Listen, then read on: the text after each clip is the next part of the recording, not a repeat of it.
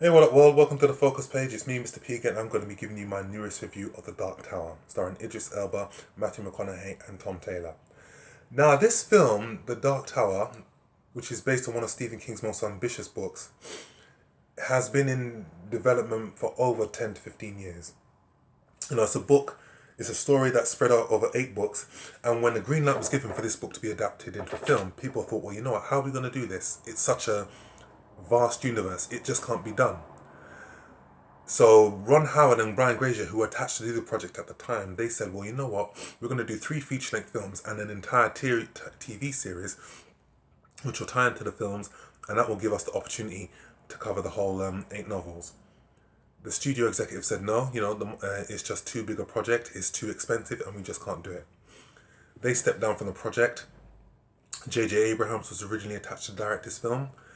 Different actors were attached to play the gunslinger, Viggo Mortensen, Javier Bardem, who played Silver in Skyfall. They all backed away from this project. It was eventually given to Nicholas Arkell, and he has directed this film. And for people who are fans of Stephen King's work, and in particular this franchise of books, the expectations of this film has been quite high. Has this film met the expectations? No. I found this film to be thoroughly disappointing. I found it limp in places. I found that the film was unfaithful to the books. I felt it was rushed. But anyway, let me just give you a backstory before I give you my review. You got Idris Elba, who plays the gunslinger, who gives a very, very good performance, by the way. His job is to protect Middle-earth from the Dark Tower, which is attempted to be destroyed by the Man in Black, played by Matthew McConaughey. And he's basically kidnapping all of these children and using their kinetic energy and using their mental ability to try and break the Dark Tower. But when he discovers that they're not strong enough, he needs a special child with enough mental powers to break the Dark Tower. He then discovers that there's a child in New York called Jake, played by the excellent Tom Taylor, who gives a very, very good performance. And he discovers that this child has got enough mental capacity and strong enough psychic abilities to try and crack the tower. And Jake has been having all of these visions about the Dark Tower, the Man in Black, the gunslinger, and his parents think that he's crazy.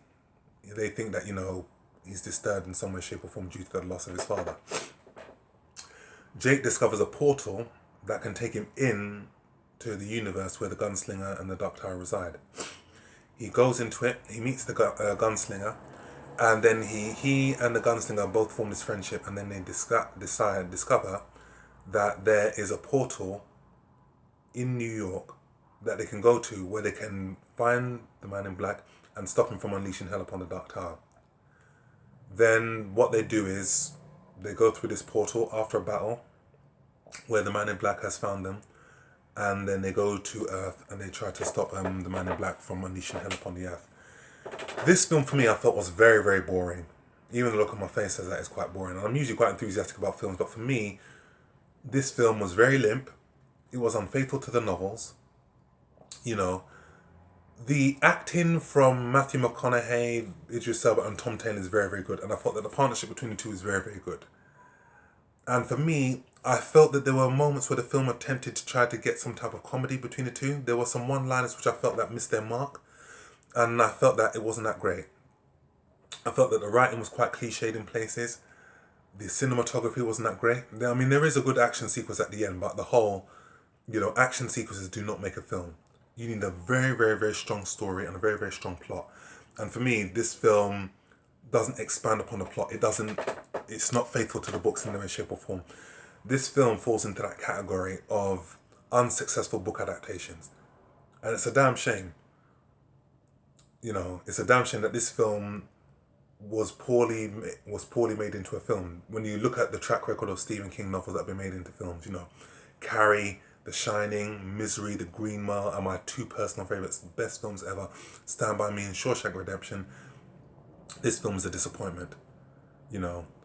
Idris Elba, he's a good leading man, and for me, I hope that he gets the project that he deserves, where he is able to showcase his talents, because thus far this man is very, very talented and he hasn't had the project to reflect that talent. Tom Taylor, I believe we're going to be hearing a lot more about him in the near future because he gives a very, very good performance as the Troubled Jake. Matthew McConaughey was good in this film also. You know, he played the devil and he was like relishing being the villain. But on the whole, the film I just found was like a mess. I just found it to be a disappointment. And again, it wasn't faithful to the books in any way, shape or form.